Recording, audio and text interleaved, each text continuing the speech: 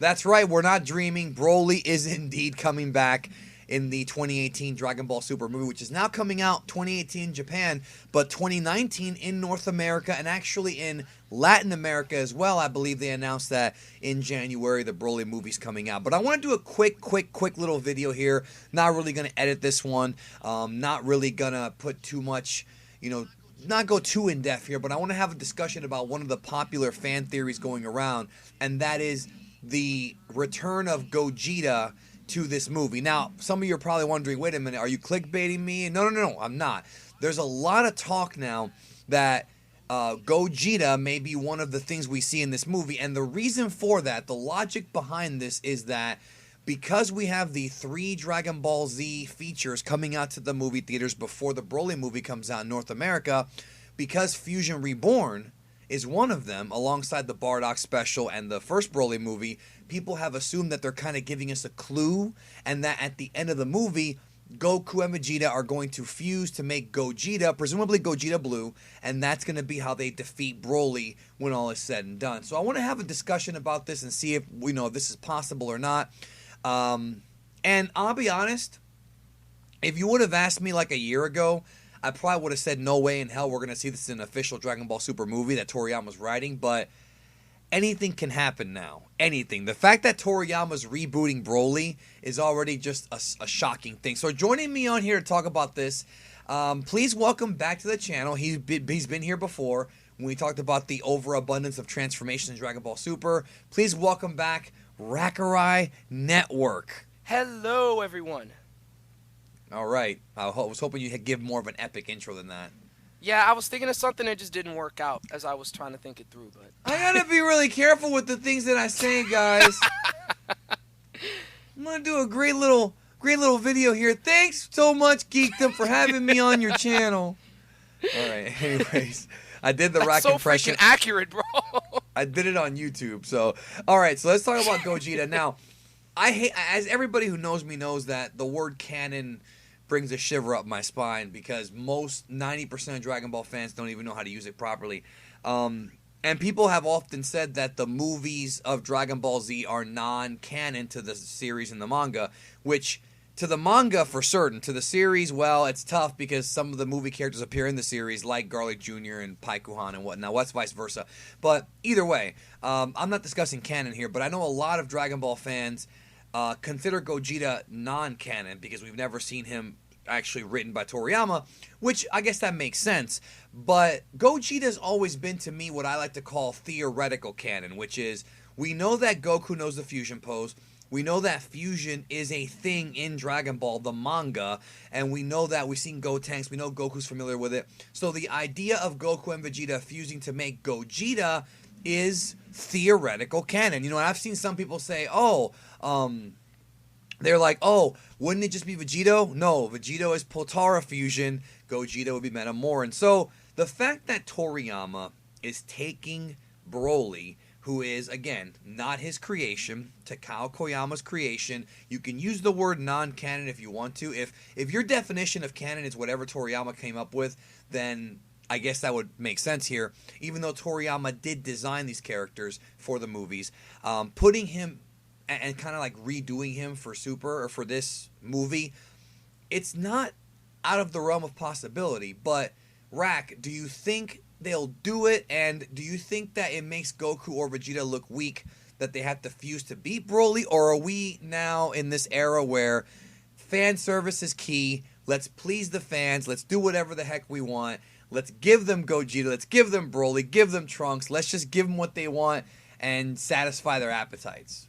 Well, in a video I did a while ago about the Broly reveal, one thing that I said is that, since this is a new realization of these ideas that have been there for so long, the idea of Broly and this new redesign and, this new characterization of him, one thing that I mentioned was that, we don't really know what to expect. And in a way, that's a blessing and a curse at the same time. Because we're thinking about, with fusion, for instance, there are a lot of factors that could contribute to fusion being able to be possible in it. And then there are a few where you kind of sit there like, I don't think so. But the main thing for me that actually adds some veracity to the possibility of Gogeta being in this movie is the Vegito retcon. Because with the Vegito retcon, what a lot of people have noticed is that, this doesn't really make a... Because if you use the excuse that, Vegito uses so much energy that it actually makes his time limit so much shorter, you could argue that there isn't much of a difference in time limit between Gogeta and Vegito anymore. So there wouldn't really be the question anymore of, well, why didn't they use Vegito? It would last longer. Well, yeah, I mean, Gogeta, originally, you're right. Vegito had no time limit originally, and then, as you said, Super retconned it. Difficult to say whether or not the Metamorph Fusion would be able to handle Vegito Blue. I'm sorry, Gogeta Blue. My bad, because it will be blue. It's not going to be regular Gogeta. If they fuse in the movie, it'll be Gogeta Blue, right? But at the same time, it depends on what Toriyama wants to do with it, because in GT, when we saw Super Saiyan 4 Gogeta, he only lasted, I think, 10 minutes because of the power they were putting out. So yeah, it's always been a storytelling crutch, and I think our good, close, personal, longtime friend T-Dub, I think he was the one who said, I could be wrong. If I'm crediting him incorrectly, I apologize. But I think T-Dub said that he thinks that they might do Gogeta Blue in the movie, and then they fight Broly, they're beating him, but then the fusion runs out. Sort of like what they did with, I guess, so many times they've done this.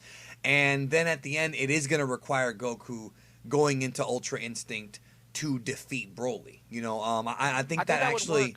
That could work. Yeah, that could work. And you're giving the fans kind of triple fan service here. You're doing Broly, you're doing Gogeta, and you're doing Master Ultra Instinct. I just feel like it's funny to me, bro, because, again, I would have never, ever in my wildest dreams imagined that Toriyama would do something like this, taking a character that he didn't create and putting him in the series. He did that with Bardock, and that was the lone exception.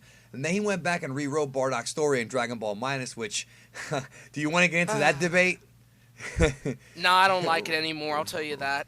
All right. Yeah, that's a very classic. But I did used to. Everyone watching, I used to actually not hate Dragon Ball Minus, and I'm still like, I'm not like, adamantly like, hating of it, but it's still like, yikes, it took away everything that makes Goku special. But that's for another video. Well, I'm a minus convert in that I don't think regard. I don't think it totally took things away from him, but I think it definitely changed Bardock's character. I do like Goku's mom, though. I've always been a fan of that, of the way she looks, and I think I would love to see her appear in this movie as a flashback or something, just to pop the fans. See, that's fan service that I like, having stuff like that, like her popping in the background or whatever.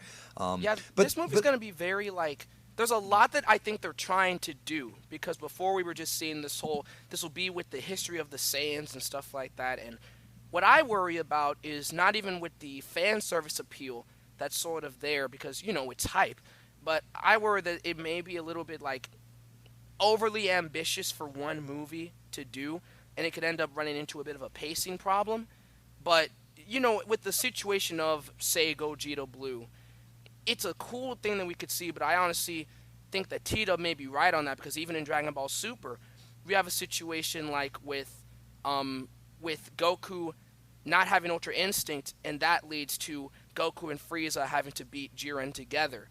So they like doing these little cop-out things where what actually defeated the opponent isn't what actually defeated the opponent. Right. I mean, look at the Trunks arc. They've done that forever, yeah. No, you're right. That's what Toriyama loves to do. Yeah, you're right. You're right about that. On point. And, again, the way that this series is going, and this is one thing that I really want people to understand. Dragon Ball's become so corporate now that it doesn't matter if something is canon or non-canon. That doesn't even matter anymore, and you shouldn't care. It's all about making money. And if they think that a Gogeta Blue Dokkan card or a Gogeta Blue action figure is going to sell, and I think it will sell, yes, we've already seen Vegito Blue, but there's going to be just as many fans who think that, hey, Malibu Stacy has a new hat, Gogeta Blue is going to sell. So I could totally see them putting Gogeta Blue in the movie. But again, I understand why fans think this based on the fact that Fusion Reborn is coming out in North America, but I can tell you that the North American office really has very little influence on what they do out of Japan and what they're doing in this movie. movie. Toriyama and Toei of Japan don't care about what movies come out here, but maybe they know something we don't know. Maybe they know what the outcome of the movie is. Maybe they know Gogeta Blue's at the beginning. So it does make sense. Like, if a fan's out there thinking that, I don't think they're wrong. The movie will tell us, but it seems that it's plausible because, again, we're in an era right now of Dragon Ball where anything can happen. Toriyama could take Garlic Jr. and rewrite him. He could rewrite anything, Cooler, dude. hopefully. Cooler, yeah, anybody. And I kind of want to see some of these characters get rewritten, to be honest with you. Me too. Like, I would love to see a new Janemba, a new Tapion, stuff like that. I've seen people say that they want Super Saiyan 4 to somehow make it into the series redone. Hey, you know what? It Maybe could a happen, different even though I think Saiyan. Hero's covering that pretty well right now.